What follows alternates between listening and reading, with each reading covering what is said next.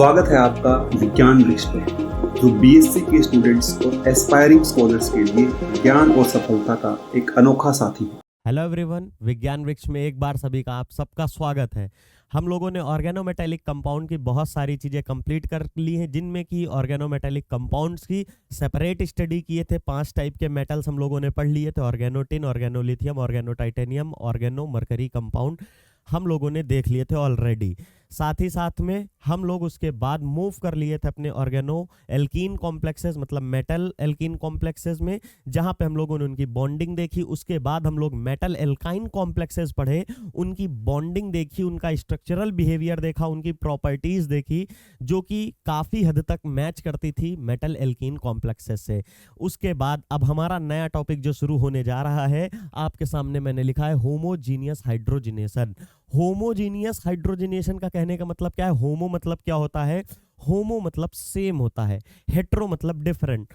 होमोजिनेशन यहाँ पे हाइड्रोजिनेशन है। हाइड्रोजिनेशन मतलब होता है कहीं पर H2 का एडिशन।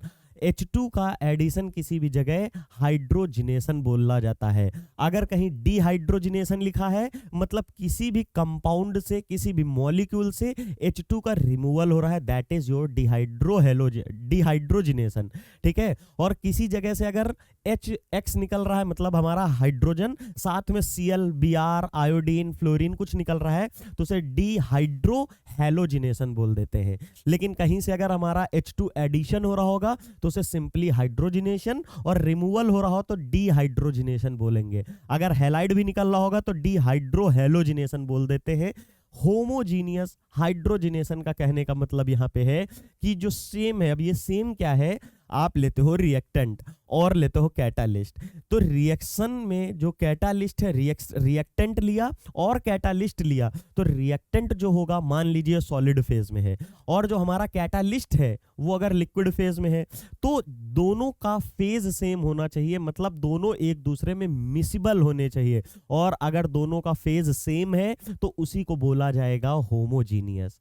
समझ में आया? रिएक्टेंट और कैटालिस्ट जो होते हैं, अगर उनके फेज सेम है, अगर गैसियस रिएक्टेंट है और हमारा कैटालिस्ट भी गैसियस है, तो वो दोनों मिसिबल होंगे, क्योंकि गैसेस आपस में मिसिबल होंगी। तो जैसे ही मिसिबल होंगे तो वो कैसे होंगे? दोनों की फेज सेम है, तो उसको हम बोल देंगे होमोजीनियस रिएक्शन।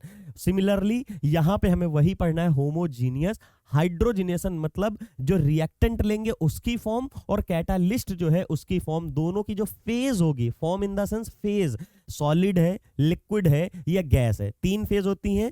तो उसमें से हम लोग देखेंगे, अगर हमारा लिक्विड रिएक्टेंट है तो हमारा कैटालिस्ट भी रिएक्टेंट जो है, वो कैटालिस्ट और रिएक्टेंट दोनों सेम फेज में हो, मतलब अगर लिक्विड है तो कैटालिस्ट भी लिक्विड हो, रिएक्टेंट अगर सॉलिड है तो हमारा फिर कैटालिस्ट भी सॉलिड हो। इस तरह के कैटालिस्टों को हम जो रिएक्शन कैरी आउट कराते हैं, उस तरीके की रिएक्शंस को होमोजीनियस रिएक्शंस बोलते हैं। सिमिलरली अगर हमारा कैटालिस्ट लिक्विड में है और रिएक्टेंट सॉलिड में है, मतलब दोनों डिफरेंट फेज में है, तो यहां पे उनको क्या बोल दोगे? Heterogeneous reactions. मतलब अगर हमारा कैटालिस्ट, दूसरा एग्जांपल मान लीजिए, अगर हमारा रिएक्टेंट गैसियस है लेकिन जो हमने कैटालिस्ट लिया है वो सॉलिड है, तो क्या हुआ? दोनों की फेज डिफरेंस हुई। फेज डिफरेंस मतलब हेट्रो, वर्ड हेट्रो मतलब होता है डिफरेंट, होमो मतलब सेम। रिएक्टेंट और कैटालिस्ट की अगर फेज सेम हुई तो हम उस टाइप की रिएक्शन को होमोजीनियस रिएक्शन बोलते हैं। अगर हमारे रिएक्टेंट और कैटालिस्ट की फेज डिफरेंट हुई तो उस तरह की रिएक्शन को हम लोग हेट्रोजीनियस रिएक्शंस बोलते हैं। तो याद रखिएगा, अब हम पढ़ने जा रहे हैं होमोजीनियस हाइड्रोजिनेशन। एक इसके पीछे लॉजिक भी है कि क्यों हेट्रोजीनियस नहीं पढ़ेंगे। आज ही की क्लास में बताऊंगा कि क्यों हेट्रोजीनियस वाला हम लोग नहीं पढ़ते हैं जनरली ऑर्गेनोमेटेलिक कॉम्प्लेक्सेस में, या लैब में या इंडस्ट्री में उसका यूज भी नहीं करते हैं। उसका क्या वहां पे ड्रॉबैक है, मतलब उसकी कमियां क्या हैं जो हम नहीं पढ़ते, और हम होमोजीनियस पढ़ने आए हैं और हेट्रोजीनियस पढ़ेंगे भी नहीं। चलिए मूव करते हैं हम लोग अपने होमोजीनियस हाइड्रोजिनेशन के लिए। यहां पे बोला गया है, hydrogenation is one of the most studied class of a reaction in organic chemistry. Organic chemistry में आप हाइड्रोजनेशन बहुत पढ़ते भर भर के, किसी भी एल्कीन पर, किसी भी कार्बोनिल ग्रुप पे, किसी भी अनसैचुरेटेड ग्रुप पर जहां पर डबल बॉन्ड प्रेजेंट हो या ट्रिपल बॉन्ड प्रेजेंट हो, वहां H2 का एडिशन हाइड्रोजनेशन रिएक्शन कहलाता है। और ऑर्गेनिक केमिस्ट्री में तो एल्कीन, एल्काइन, कार्बोनिल, साइनाइड, इस तरह के मल्टीपल बॉन्ड वाले तो हमको बहुत सारे कॉम्प्लेक्स देखने को मिलते हैं, जिसकी वजह से उसका बहुत मेजर रोल हो जाता है ऑर्गेनिक केमिस्ट्री में। They are invariably carried out on a large scale, बहुत लार्ज स्केल पे कराया जाता है in the presence of catalyst. लेकिन बात मेन क्या है, जो हाइड्रोजनेशन कराई जाती है ये मैक्सिमम केसेस में आपको क्या देखने को मिलता है, इन प्रेजेंस ऑफ कैटालिस्ट होती है। अगर आपको थोड़ा भी आइडिया होगा जो आपने ऑर्गेनिक केमिस्ट्री में पढ़ा है कि किसी भी एल्कीन के ऊपर अगर हाइड्रोजनेशन रिएक्शन करी जाती है तो आप कुछ ऐसे लिखते हैं, यहां पे लिखते हैं C डबल बॉन्ड C, ये हो गया। और इस पर जो H2 का एडिशन होता है साथ में यहां पर हम एरो बनाते हैं और यहां लिखते हैं H2 और ऑब्लिक में PT, यही लिखते हैं। या तो लिख देते हैं H2PD, या तो लिख देते हैं H2Ni, या तो निकिल, या तो पैलेडियम, या तो प्लेटिनम। H2 का तो समझ में आ रहा है, ऐड होना है। ये निकल, पैलेडियम, प्लेटिनम यहाँ क्या कर रहे हैं, निकल, पैलेडियम या प्लेटिनम एज ए कैटालिस्ट का काम करते हैं। इनकी सरफेस होती है, मेटल है, तो मेटल के सरफेस पर ये जो H2 गैस होती है, H2 गैस, ये आके मेटल के सरफेस पे अटैच होती है। क्या होती है, अटैच होती है। इसका एडजॉर्प्शन होता है, वर्ड समझिएगा ना, एब्जॉर्प्शन की बात नहीं कर रहे हैं, एडजॉर्प्शन। कभी भी किसी भी मॉलिक्यूल का किसी सरफेस के साथ जुड़ना सिर्फ एडजॉर्प्शन होता है, और किसी भी मॉलिक्यूल का किसी बल्क में जाना, उसके अंदर तक पेनिट्रेट करना, वो एब्जॉर्प्शन होता है। तो जो हाइड्रोजन होती है वो निकल के सरफेस पे ही खाली अटैच होती है, इसलिए बोलते हैं एडजॉर्ब हुई है, ना कि एब्जॉर्ब। H2 पहले निकल की सरफेस है, मान लीजिए ये निकल है, तो यहाँ पे H2 कुछ ऐसे देखने को मिलेगा, और ये यहाँ से ऐसे बॉन्ड बना लेगी, मतलब इसकी सरफेस पे अटैच हो जाएगी, जैसे हमारा वॉन्डर वॉल फोर्सेस है वीक फोर्सेस से। सिमिलरली फिर यहां पे आएगी एल्कीन हमारी, यहां पर हमारा यहाँ पे H हो गया, यहाँ पे H हो गया, और ये बॉन्ड आपस में बना है। फिर हमारी एल्कीन आती है, कुछ वही रिएक्शन है, बस अभी आगे मेटल में पढ़ेंगे। यहाँ पे देख लीजिए, यहाँ पे क्या होगा, ये हाइड्रोजन क्या करेगा, फिर यहाँ से बॉन्ड बनाना शुरू करेगा। ऐसे बॉन्ड बनना शुरू होगा तो ये बॉन्ड क्लीव हो जाएगा, और ये इधर से बॉन्ड बनेगा, फिर यहाँ से भी ये क्लीव हो गया है, तो आपको कुछ देखने को मिलेगा H, और यहाँ पे C और C, ये क्योंकि कार्बन 4 बॉन्ड बना है। फिर अल्टीमेटली क्या देखने को मिलता है, ये बॉन्ड यहाँ से कंप्लीटली ब्रेक हो जाते हैं, और आपको कुछ ये कंपाउंड मिलता है। यहाँ एक हाइड्रोजन ऐड हो जाएगा नया, और एक हाइड्रोजन इधर ऐड हो गया। हाइड्रोजनेशन, एक कार्बन पे हाइड्रोजन इधर, एक कार्बन पे हाइड्रोजन इधर, दोनों पे एडिशन हो गई, इसी को ही आप हाइड्रोजनेशन कहते हैं। यहाँ पे निकल, पैलेडियम, प्लेटिनम, इनका क्या रोल है, as a catalyst, as a surface absorber for hydrogen. Hydrogen आएगी, अटैच होगी। अगर यहाँ पे ये हमारा ना होता, निकिल ना होता, पैलेडियम ना होता या प्लेटिनम ना होता, तो हाइड्रोजन अटैच ना होती, एडजॉर्ब ना होती, और एडजॉर्ब ना होती तो यहाँ रिएक्शन ना होती। Therefore catalyst play a major role in the reaction of hydrogenation. अब शायद आपको विद एग्जांपल ये पूरा कंप्लीट कॉन्सेप्ट समझ में आ गया होगा। चलिए आगे बात करते हैं हम लोग। A catalyst is a substance जो इंक्रीज करता है। What is catalyst? The catalyst is a substance that increases the rate of a reaction. आप लोगों के लेवल पे यहाँ पे वर्ड इंक्रीज लिखा है, लेकिन in reality catalyst are the substance which changes the rate of reaction.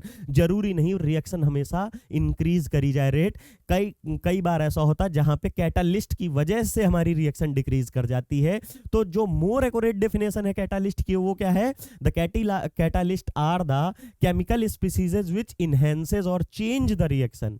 वहां पे इनहेंसेस, यहाँ पे हम लोगों ने इंक्रीज लिखा या इनहेंस लिखा है, तो वहां पर इंक्रीज ना होकर मोर एक्यूरेटली क्या होता है, which change the reaction. Change में क्या होता है, इंक्रीज या डिक्रीज, कुछ भी हो सकता है, लेकिन आपके लेवल पे यहाँ पे अभी क्या है, catalyst are widely used in the nature, मतलब यहाँ पे है are species which increases the rate of reaction. आपके लेवल तक इंक्रीज बोलना बेटर है, बट मोर एक्यूरेटली वो चेंज करती है रिएक्शन को, इंक्रीज भी कर सकती है और डिक्रीज भी कर सकती है। तो यहाँ पे but is not itself consumed. Catalyst की सबसे इंपॉर्टेंट चीज क्या है, वो रिएक्शन को कैटेलाइज कर देगा लेकिन वहां पर कंज्यूम नहीं होगा। लेकिन अगर आप मान लीजिए रिएक्टेंट लिए, 100 किलो का मान लीजिए या 100 ग्राम का कोई रिएक्शन लगाई आपने और उसमें 2 ग्राम आपने कैटालिस्ट डाला, क्योंकि कैटालिस्ट ये ऐसा नहीं है कि 100 ग्राम रिएक्टेंट लिया तो 100 ग्राम कैटालिस्ट, नहीं, क्योंकि कैटालिस्ट है वो सिर्फ और सिर्फ वहां पे प्रोसीड कराता है, एज ए मीडिएटर काम करता है, बहुत लेस अमाउंट में कंज्यूम होता है, और कंज्यूम नहीं होता इन द सेंस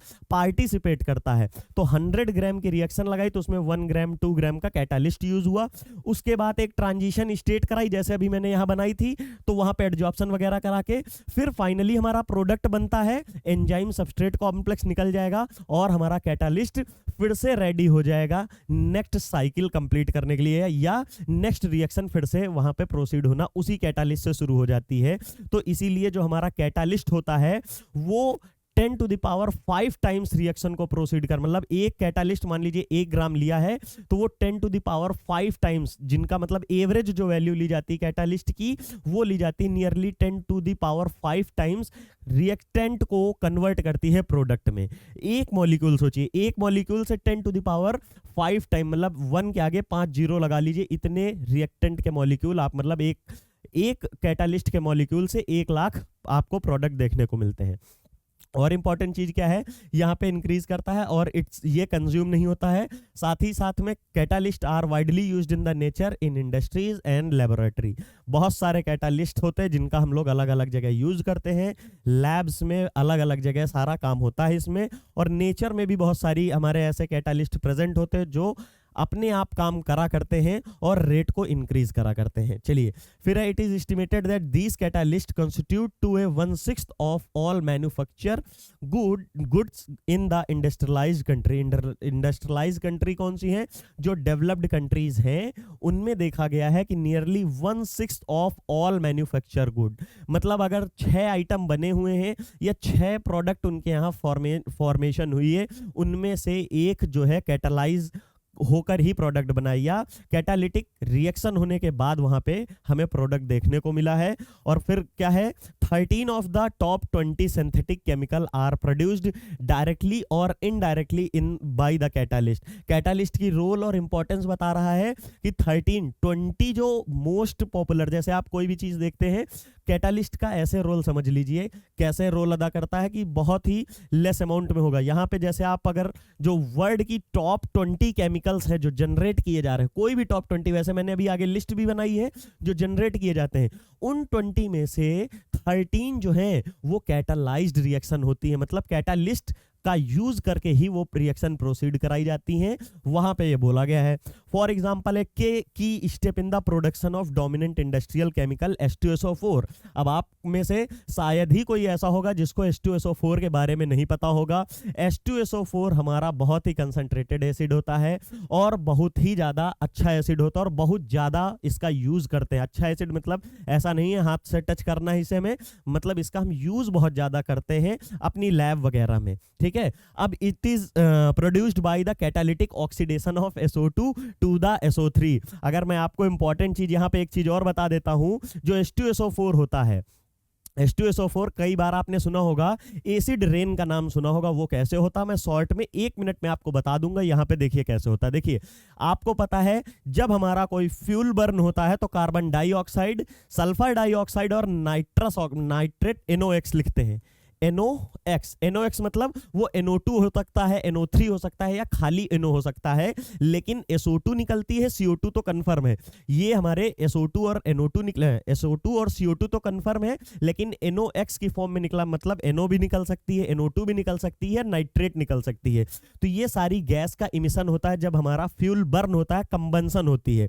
तो जब हमारी SO2 स्पेशली, और किसी की हमें बात नहीं करनी है, हमें एसिड रेन की बात करनी है, तो जैसे ही SO2 बनता है, SO2 अगर एटमॉस्फेयर में बना तो आपको पता है near about 20 to 21% there is an oxygen in our atmosphere.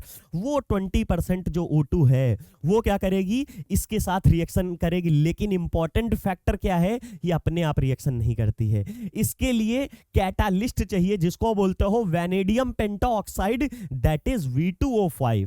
V2O5। V2O5 जो कैटालिस्ट होता है यही काम करता है। जो यहाँ पे मैंने एग्जांपल लिया, फॉर एग्जांपल की कौन सी reaction, oxidation of sulphur dioxide. तो यहाँ पे जैसे ही V2O5 लेते हैं तो देखने को आपको क्या मिलता है, sulphur dioxide is converted into the sulphur trioxide.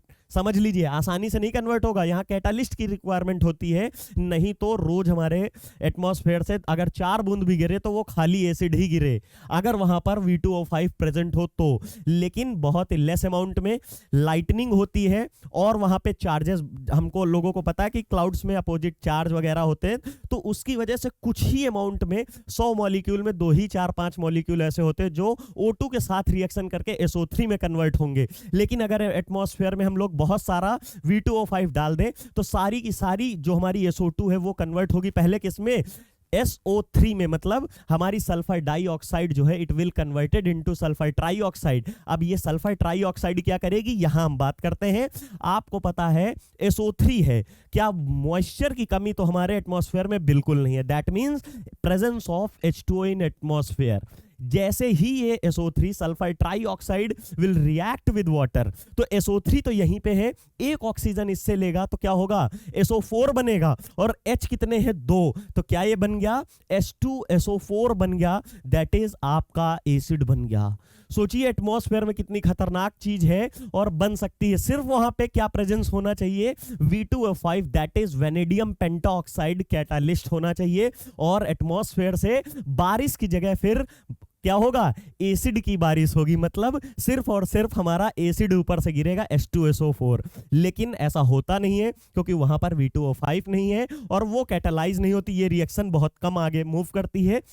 यहां पे बैलेंस कर लीजिएगा, ठीक है, तो ये रिएक्शन आगे नहीं जाएगी। तो जैसे ये लीजिए बैलेंस हो गई, तो यहां पे क्या है, वाटर 100 मॉलिक्यूल में 1-2 मॉलिक्यूल क्या करते हैं, कन्वर्ट होते हैं, और वही मॉइस्चर के साथ रिएक्ट करते हैं तो H2SO4 बनाते हैं। और ह्यूज अमाउंट ऑफ वाटर मतलब रेन होती है, उसमें वो कुछ पार्टिकल मतलब कुछ H2SO4 के उसमें जाएंगे तो बहुत लो मोलैरिटी की, या कह लीजिए कंसंट्रेशन, वर्ड अगर आपको मैं बताऊं आसान भाषा में, तो बहुत लो कंसंट्रेशन का H2SO4 का सॉल्यूशन गिरता है। और आपने सुना होगा कि ताजमहल काला हो रहा है, और बहुत सारी मॉन्यूमेंट्स जो हैं वो हमारी टैनिश हो रही, मतलब जो उनकी अपर लेयर है उनका कलर चेंज हो रहा है ड्यू टू एसिड रेन। यही एसिड रेन है, कुछ पार्टिकल कन्वर्ट हो जाते हैं due to lightning, due to charge present in the atmosphere, उसकी वजह से वाटर के साथ मिलके ये नीचे आती हैं और कॉज करती हैं इस तरह की प्रॉब्लम को, जिसको आप वर्ड यूज करते हो स्टोन लेप्रोसी। क्या बोलते हो, स्टोन लेप्रोसी, मतलब मॉन्यूमेंट का कलर चेंज होना, इस टाइप की, जैसे हम लोग अपनी बीमारियों का नाम देते हैं इस तरह का इसका नाम दिया गया है स्टोन लेप्रोसी। मतलब वहां का जो स्टोन होता है उसके ऊपर लेप्रोसी होना, जैसे ह्यूमंस में लेप्रोसी डिजीज होती है, उसी को ही हम बात करते हैं। तो ये मैंने बता दिया आपको, यहां से एक्सप्लेन किया है कैसे कैटालिस्ट का क्या और कितना इंपॉर्टेंट रोल होता है। Inorganic catalyst are used to produce major organic chemical, बहुत सारे इनऑर्गेनिक। अब बताइए V2O5 क्या है, हमारा इनऑर्गेनिक कैटालिस्ट है, वही बोल रहा है कि inorganic catalyst are produced major organic chemicals. अभी तो हमने V2O5 देखा, और जो बनाया H2SO4 वो तो ऑर्गेनिक नहीं है, चलिए वो भी इनऑर्गेनिक। लेकिन कई बार देखेंगे कि इनऑर्गेनिक का यूज करके ऑर्गेनिक कंपाउंड आपको देखने को मिलेंगे। And petroleum products such as fuel, petroleum, petrochemical and polyalkyl plastics, कई सारे आपको ये सारे एल्केन है, मतलब एल्केन होते हैं, हाइड्रोकार्बन होते हैं, इनकी कैटालिसिस करते देखेंगे जो कि इनऑर्गेनिक कंपाउंड्स होंगे। यहाँ पे मैंने आपके लिए केमिकल जो कि वर्ल्ड के टॉप 20 हैं उनमें से जो कैटालाइज रिएक्शंस हैं वो मैंने लिखी हैं, जो कि सबसे पहला है सल्फ्यूरिक एसिड, ये रैंक 1 है। सिंथेटिक केमिकल्स होता कैसे, बनता कैसे, मतलब हमारा फॉर्मेशन प्रोडक्ट क्या है, सल्फ्यूरिक एसिड है, इसको रैंक 1 मिली है वर्ल्ड में सबसे ज्यादा जनरेट करने का। तो यहाँ कैटालिटिक प्रोसेस होती है कौन सी, जब ही जस्ट इसकी तो पूरी प्रोसेस ही पढ़ा दी, पूरी मैकेनिज्म पढ़ा दी, और इस प्रोसेस का बच्चों नाम लिख लीजिएगा, क्या है इस प्रोसेस का नाम, यहां पे लिख लीजिएगा, this process is called contact process. आपने इंटर में पढ़ा होगा, कोई बहुत नई चीज नहीं बता रहा हूं, बस वेल मैनर में एक्सप्लेन कर रहा हूं विद मैकेनिज्म। कॉन्टैक्ट प्रोसेस इसी को बोलते हैं, यहीं से हम लोग एसिड जनरेट करते हैं। तो SO2 को ऑक्सीडेशन प्लस O2, और जो SO3 बनाती है, SO3 वाटर के साथ रिएक्शन करके H2SO4 बनाती है। यहाँ पे हेट्रोजीनियस होगा क्योंकि वेनेडियम पेंटाऑक्साइड कैटालिस्ट यूज कर रहे हैं, वो हमारा जिस फॉर्म में होगा, और सल्फ्यूरिक एसिड SO2 गैस है, V2O5 जो होता है वो सॉलिड फॉर्म में मिलेगा। तो दोनों का फॉर्म अलग, फेज अलग, तो कैसा कैटालिस्ट, वो हमारा हेट्रोजीनस होगा। सिमिलरली इथाइलिन C2H4 जो होता है वो कैसे बनेगा, उसको सेकंड नंबर पे रैंक मिला है। वो यहाँ पे हमने कैटालिटिक प्रोसेस के आगे डैश लगाया। इसका मतलब क्या है, डैश का मतलब उसकी ऐसा नहीं कि प्रोसेस नहीं है, उसके डिफरेंट डिफरेंट बहुत मल्टीपल प्रोसेसेस हैं, तो किसी एक को यहाँ डिफरेंशिएट या किसी एक को मेंशन नहीं किया गया है, यहाँ पे डैश छोड़ दिया। क्योंकि आपको पता है इथीन तो बहुत तरीके से पॉलीथीन टाइप की सब बनाते रहते हैं। सिमिलरली लाइम को थर्ड रैंक मिली है, उसकी भी बहुत सारी प्रोसेस होती है, इसलिए हमने एक का किसी नहीं मेंशन किया है। अमोनिया की बात करते हैं, बनाने को बहुत बनाते हैं, अलग अलग प्रोसेस जो मोस्ट इंपॉर्टेंट होती है उसको हम रिप्रेजेंट करते हैं। फोर्थ नंबर में इसकी रैंक है। N2 प्लस 3H2 जो रिएक्शन होती है, ओरिजिनल रिएक्शन क्या होती है, N2 प्लस 3H2, और इसके ऊपर डाला जाता है FeMO, ये हमारा होता है कैटालिस्ट, और यहां पे हमें मिलता है 2NH3। ठीक है, ये हमारा कैटालिस्ट, मतलब आयरन की प्रेजेंस में मॉलिब्डेनम की रिएक्शन देखते हैं, और यहाँ पे हमारा FeMO प्रेजेंट होता है, N2 3H2 अमोनिया बनता है। इस प्रोसेस को क्या बोलते हैं, ये भी हम लोग इंटर से पढ़ते चले आ रहे हैं, इसका नाम हैबर प्रोसेस है। इसका नाम हैबर प्रोसेस है, बहुत ज्यादा आप लोगों ने पढ़ा होगा इसको। इसमें बहुत सारे ली चेटेलियर प्रिंसिपल वगैरह आपने लगाया होगा, बहुत आसानी से, इसमें कोई दिक्कत नहीं आपको। ये रहा sodium hydroxide NaOH, fifth number पे है। इसके बहुत सारे प्रोसेस बनाने के लिए, इसलिए हमने कोई नेम नहीं दिया है। जिनके नाम दिए मतलब वो मोस्ट इंपॉर्टेंट उसी से ही बनाए जाते हैं, इसलिए, या मोस्टली उससे बनाए जाते हैं, उसका रिप्रेजेंटेशन किया है। क्लोरीन गैस कहां से, 6 नंबर पे मिला है, इलेक्ट्रोएक्टिलिसिस, और ये कैसा है, हेट्रोजीनस है। ठीक है, यहाँ पे इलेक्ट्रोकैटालिसिस कराते हैं, इलेक्ट्रोकैटालिसिस में हमारा हेट्रोजीनस रिएक्शंस होती हैं। साथ में हम लोग बोलते हैं फॉस्फोरिक एसिड को 7th नंबर पे रैंक मिला हुआ है। अब इसके बाद हम अपने कुछ और रैंक पे जाने से पहले आपको बता देते हैं कि विज्ञान वृक्ष आपके लिए एप्पल स्टोर और प्ले स्टोर पर कोर्सेज लॉन्च कर चुका है, जहां पे जाके आप अपना फुल सेमेस्टर कोर्स परचेज कर सकते हैं। आप इंडिया की किसी भी यूनिवर्सिटी में पढ़ते हो तो आपके यूनिवर्सिटी के सिलेबस के अकॉर्डिंग विज्ञान वृक्ष ने पूरा सीक्वेंशियल मैनर में पैटर्न को अरेंज किया है। साथ ही साथ में आपके यूनिट वाइज में पूरा कंटेंट को रिकॉर्ड किया है और आपको वेल मैनर में उसको दिया जाता है। साथ ही साथ बहुत ही कम प्राइजेस में दिया जाता है बच्चों, तो अभी जाइए और ये अपॉर्चुनिटी ग्रैब करिए। और इंपॉर्टेंट चीज क्या है, आपके इस कोर्स के साथ आपको प्रीवियस ईयर क्वेश्चन पेपर भी दिए जाते हैं और प्रीवियस ईयर क्वेश्चन पेपर का रिकॉर्डेड फॉर्म दिया जाता है। जो बुक्स आप मार्केट में खरीद के पढ़ते हैं उनके अलावा हम लोग ने मैकेनिज्म और सारा विल डिराइव करके आपको वीडियो लेक्चर उसके भी दिए हैं, तो आप जाके तुरंत परचेज करिए। लेकिन आप में से कई बच्चे होंगे जो अपनी मास्टर्स के लिए बहुत ज्यादा एक्साइटेड होंगे कि कहां से करना है, कैसे करना है। शायद कॉलेज भी सोच लिया होगा, कई अच्छे सेंट्रल यूनिवर्सिटी वगैरह, तो उसके लिए जो एग्जाम होता है वो होता है CUET PG, जिसको आप क्रैक करके इंडिया के टॉप मोस्ट कॉलेजेस और सेंट्रल यूनिवर्सिटीज में एडमिशन ले सकते हैं। लेकिन आप में से कई और भी बच्चे होते हैं जो सोच रहे होंगे, IIT जैसी जगहों पे सपना देख रहे होंगे। विज्ञान वृक्ष आपके सपने को साकार करने में आपकी मदद करता है। IIT जैम जैसे कोर्स को बहुत ही लो और अफोर्डेबल प्राइस पे आपको प्रोवाइड करके, और साथ ही साथ CUET PG और IIT जैम जैसे कोर्सेज के लिए आपको दी जाती है। इन कोर्सेज के साथ में ही टेस्ट सीरीज जिसको आप बाय करिए और अपनी ऑल इंडिया लेवल पे परफॉर्मेंस चेक करिए, आपकी परफॉर्मेंस कहां चल रही है और किस पोर्शन में आप लैग कर रहे हैं, तो आप जाके अपनी तुरंत इसको परचेज करिए। साथ ही साथ में जब आप रियल टाइम में एग्जाम सेंटर पे बैठते हैं तो इस तरह यहाँ पे इतने नंबर ऑफ टाइम अगर आप एग्जाम दे चुके होते हैं, so when you are sitting in the main examination, आपका जो एग्जामोफोबिया है वो भी खत्म हो चुका होता, because you are already done this in test series. साथ ही साथ में IIT गेट और CSIR नेट जैसे एग्जाम्स जो बच्चे मास्टर कर रहे हैं, मास्टर कर चुके हैं, उनके लिए बहुत इंपॉर्टेंट होता है।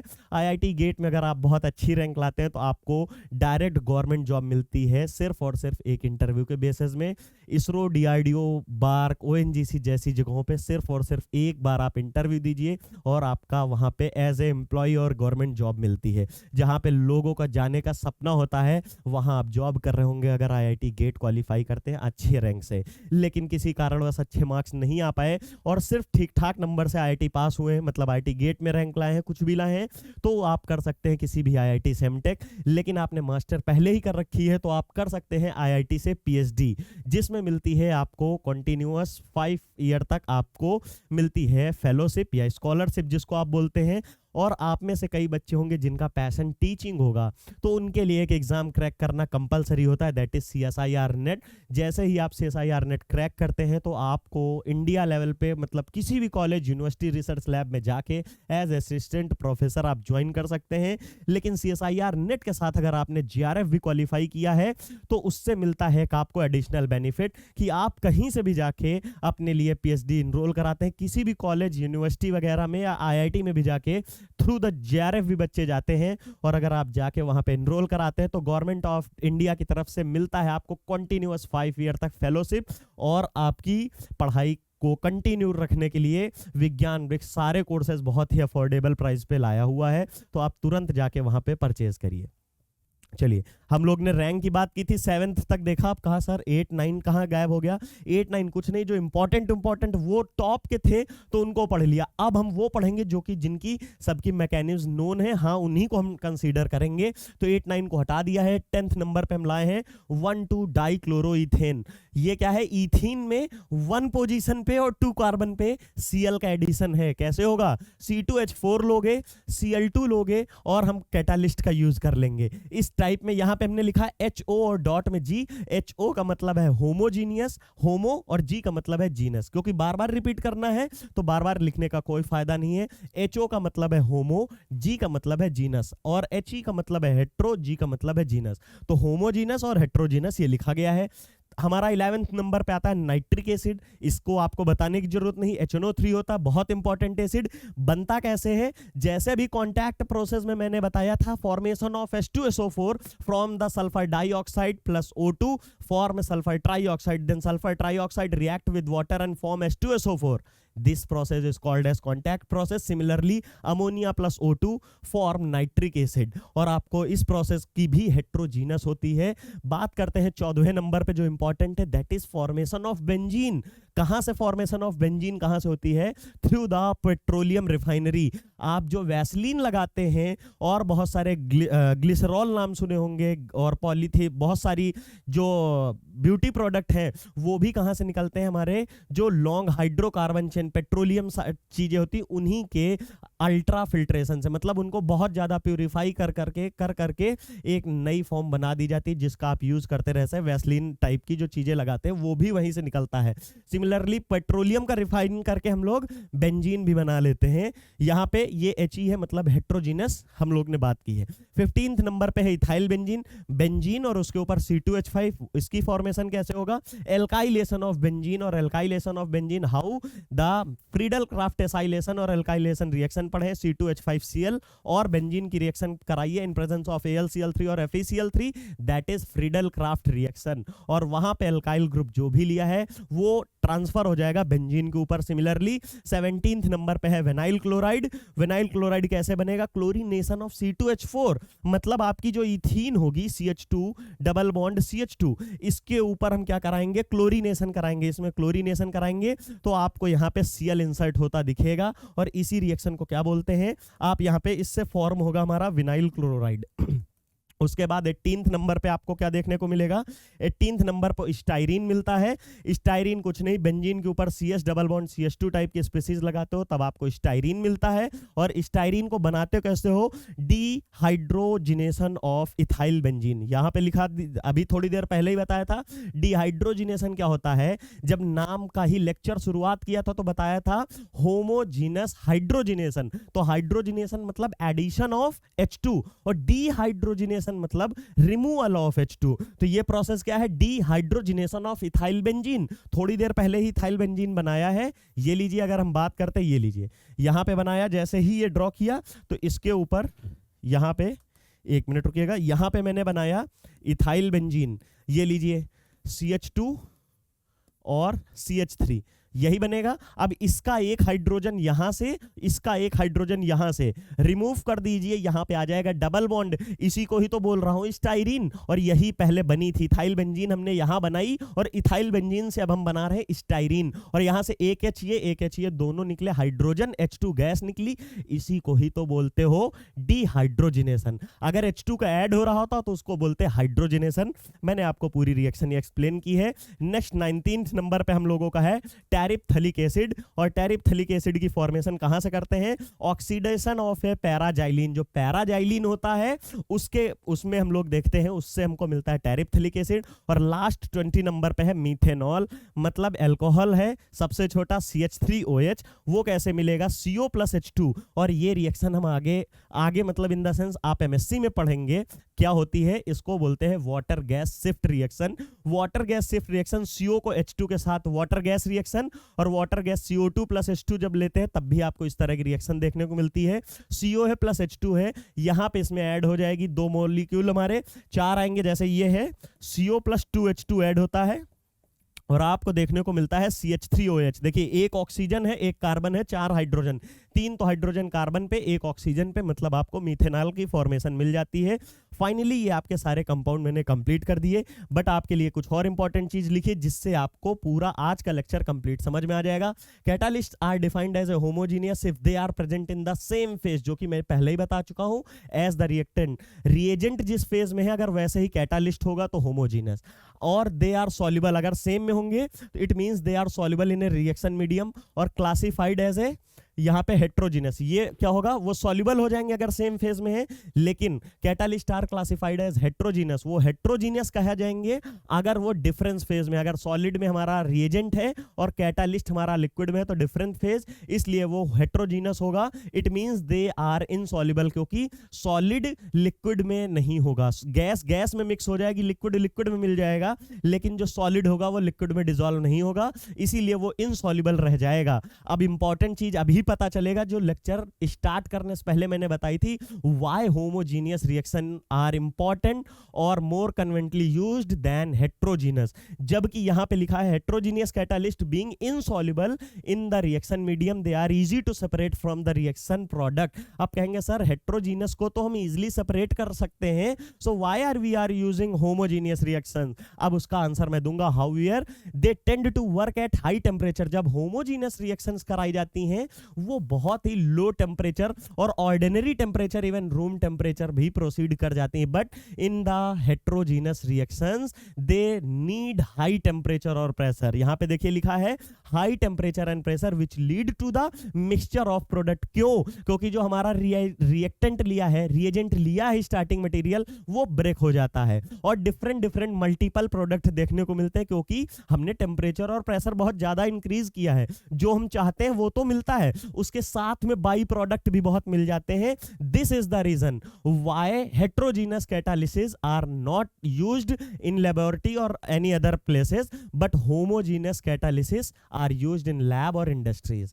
शायद ये आपको समझ में आया होगा। नेक्स्ट लाइन में मैंने और भी लिखा है, as a result heterogeneous catalyst have low selectivity. Selectivity नहीं हमें चाहिए, मान लीजिए मीथेनॉल, तो मीथेनॉल तो बनेगा, उसके साथ इथेनॉल या एसिड साइड में और भी बन जाएंगे, जिसकी वजह से सेपरेशन बहुत दिक्कत हो जाती है। Homogeneous catalyst on the other hand operate at low temperature and pressure, बहुत low temperature. As a result these have high selectivity, इनकी सिलेक्टिविटी बहुत ज्यादा होती है। The major drawback of a homogeneous catalyst is the separation from the final product.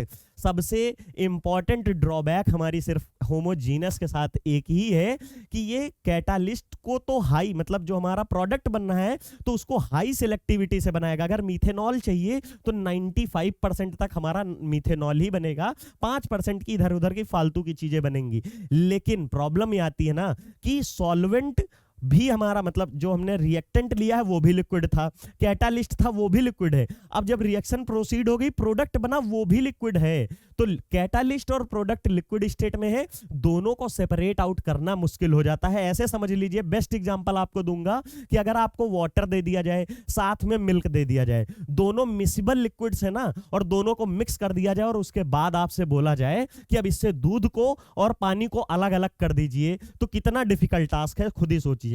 Similarly वहां पे जहां पे हमारा रिएक्टेंट और कैटालिस्ट सेम फेज में होंगे, मिक्स हो जाएंगे, तो there is a very difficult task for separation of the reactant and catalyst separately. दोनों को अलग अलग सेपरेट करना बहुत डिफिकल्ट काम है, लेकिन फिर भी हम इसी का यूज करते हैं because the product selectivity is very high. यहां पे लिखा है क्यों, क्योंकि लो टेम्परेचर पे होता है। लेकिन इन हेट्रोजीनस में कि हमारा प्रोडक्ट तो बहुत आसानी से, हमने कैटालिस्ट लिया था वो सॉलिड था, रिएक्टेंट हमारा लिक्विड था, और जो प्रोडक्ट बना वो भी लिक्विड है, और कैटालिस्ट कैसा है, सॉलिड है। तो कैटालिस्ट को हम फिल्टर से ही निकाल सकते हैं। सिंपली वो लिए, बीकर लिए, उसके ऊपर फनल लगाए और बीकर में हम ऐसे उल्टा कर दिए, छान लिए और हमें मिल गया। तो जो कैटालिस्ट था सॉलिड हटा लिए, लिक्विड मिल गया प्रोडक्ट। लेकिन प्रॉब्लम क्या है, उसमें जो कंटेंट बना है वो हमारा 95% जो पहले बनना था, 95 नहीं को 50% बने, साथ में दूसरे बहुत सारे प्रोडक्ट बन जाते हैं। This is the reason why homogeneous reactions are takes place